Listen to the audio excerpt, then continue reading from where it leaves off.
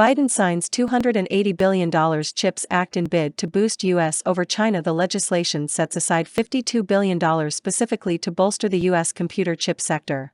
Washington, President Joe Biden on Tuesday signed a $280 billion bipartisan bill to boost domestic high-tech manufacturing, part of his administration's push to boost U.S. competitiveness over China. Flanked by scores of lawmakers, union officials, local politicians, and business leaders, Biden faded the legislation, a core part of his economic agenda that will incentivize investments in the American semiconductor industry in an effort to ease U.S. reliance on overseas supply chains for critical, cutting-edge goods.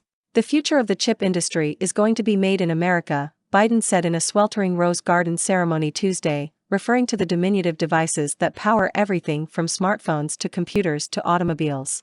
The legislation sets aside $52 billion specifically to bolster the U.S. computer chip sector.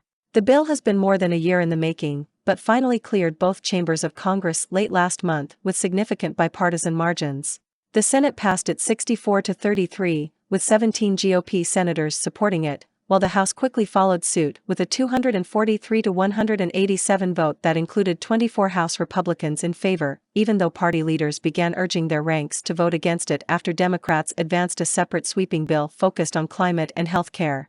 The White House sought Tuesday to begin selling the immediate impacts of the semiconductor measure, noting that Micron, a leading U.S. chip manufacturer, will announce a $40 billion plan to boost domestic production of memory chips, while Qualcomm and GlobalFoundries will unveil a $4.2 billion expansion of an upstate New York chip plant. The administration has also repeatedly portrayed this legislation as a critical component in countering the influence of a rising China and ensure the U.S. can maintain a competitive edge against Beijing, particularly in semiconductor manufacturing. Administration officials have held multiple briefings for lawmakers to sketch out the national security implications of this bill, and Biden noted during his remarks Tuesday that the Chinese government had lobbied U.S. businesses against the legislation. The CHIPS and Science Act is going to inspire a whole new generation of Americans to answer that question, what next? Biden said Tuesday during the signing ceremony. Decades from now, people will look back at this week and all we passed and all we moved on, that we met the moment at this inflection point in history.